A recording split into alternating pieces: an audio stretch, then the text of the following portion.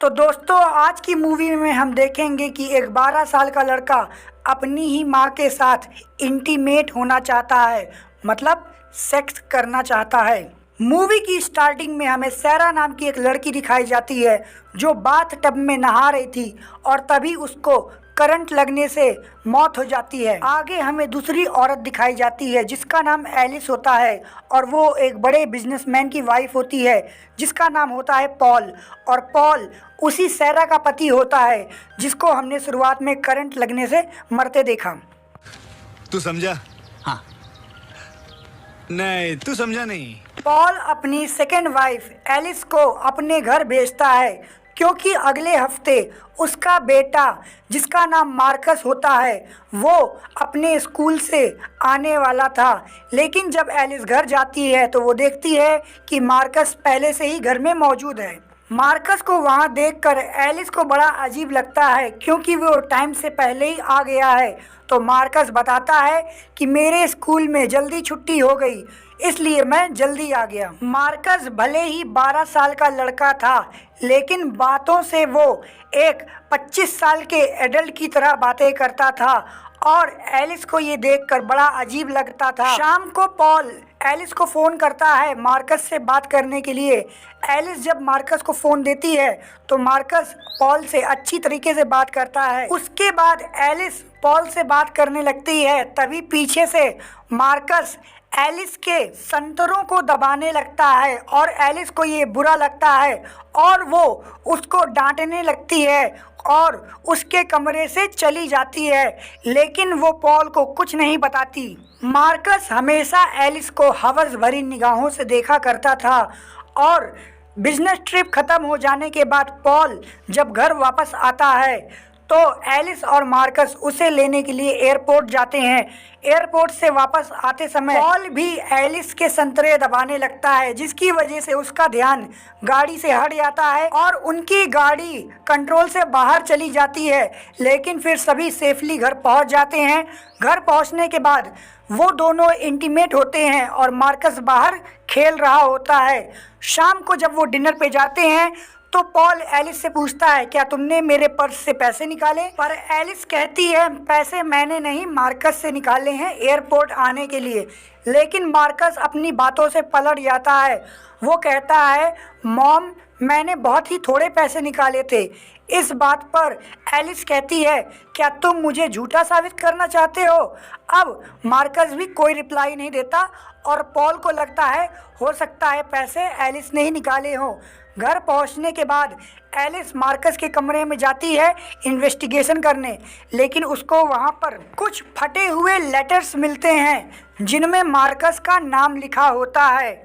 उसके बाद जब पॉल और मार्कस स्विमिंग पूल में स्विम कर रहे होते हैं तभी मार्कस कहता है कि एलिस मुझे ज़रा भी पसंद नहीं करती है और वो मेरा ज़रा भी ख्याल नहीं रखती है। ये बात सुन के पॉल कोई भी रिप्लाई नहीं देता क्योंकि मार्कस बच्चा है और बच्चे तो कुछ भी कहते हैं। एलिस भी ये बात सुन रही होती है। उसके बाद एलिस मार्कस के स्कूल पहुंच जाती है इन्वेस्टिगेशन करने। तभी प्रिंसिपल उसको बताता है कि स्कूल में कोई भी छुट्टियां नहीं चल रही हैं, उन्होंने मार्कस को स्कूल से निकाल दिया है और उन्होंने लेटर भी भेजा था जिसको मार्कस ने फाड़ दिया था। प्रिंसिपल बताता है कि मार्कस आसपास के घरों में जाता था और वहाँ पर लोगों को सेक्स करते हुए देखता था और उनके पालतू जानवरों को भी मार देता था जिसकी वजह से उन्होंने उसको स्कूल से निकाल दिया। उसके बाद पॉल और एलिस एक पार्टी में जाते हैं जहाँ पर एलिस की मुलाकात सोफ़ी नाम की एक औरत से होती है और वो बताती है कि वो पॉल की पहली बीवी सारा की दोस्त है और वो बताती है कि सारा की मौत बाथ टब में डूबने की वजह से हुई है। लेकिन एलिस को शक था कि हो सकता है सारा को भी मार्कस ने मारा हो।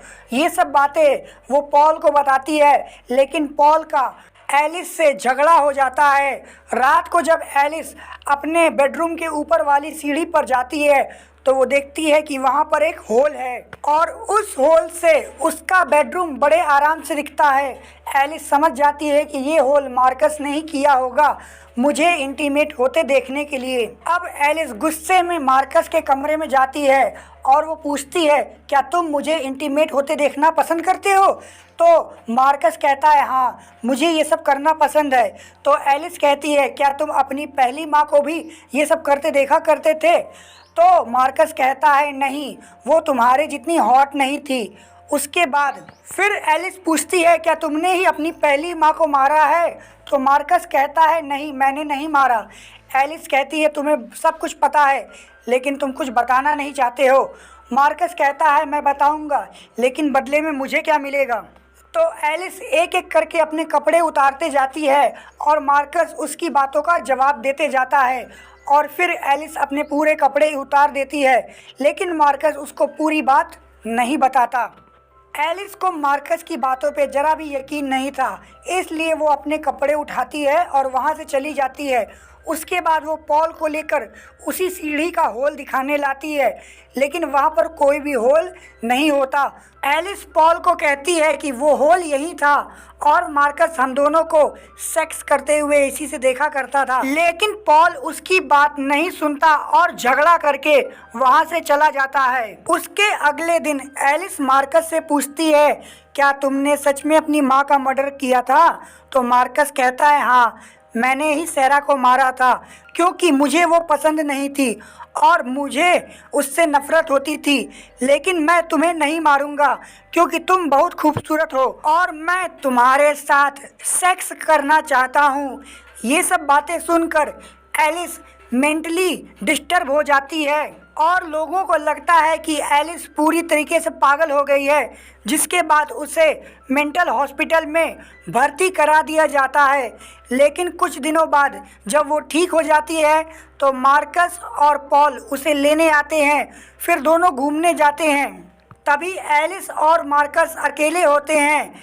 एलिस मार्कस से कहती है कि मैं तुमसे प्यार करती हूँ और मैं सोच रही हूँ कि तुम्हारे बाप को मार दिया जाए, फिर हम दोनों साथ में रहेंगे, हमारे बीच में कोई नहीं आएगा। मार्कस भी इस बात से एग्री हो जाता है। फिर एलिस उसको किस करती है। उसके बाद एलिस देखती है कि रोड पर एक तेज कार आ रही होती है। एलिस बॉल को लेकर रोड की तरफ फेंकती है, जिसके पीछे मार्कस का कुत्ता जाता है और मार्कस भी जाता है, लेकिन मार्कस उस कार के नीचे दब के मर जाता है और एलिस को भी इस पागल मार्कस से छुटकारा मिल जाता है। तो दोस्तों, इसी के साथ हमारी ये मूवी भी ख़त्म हो जाती है। दोस्तों, अगर आपको ये मूवी पसंद आई हो तो प्लीज़ इसे लाइक करिएगा और मेरे चैनल को सब्सक्राइब कर दीजिएगा। मेरी हालत बिल्कुल फटीचर जैसी है और मैं बहुत मेहनत कर रहा हूँ, लेकिन मेरा चैनल ग्रो नहीं कर रहा है। भगवान जाने मेरा क्या होगा।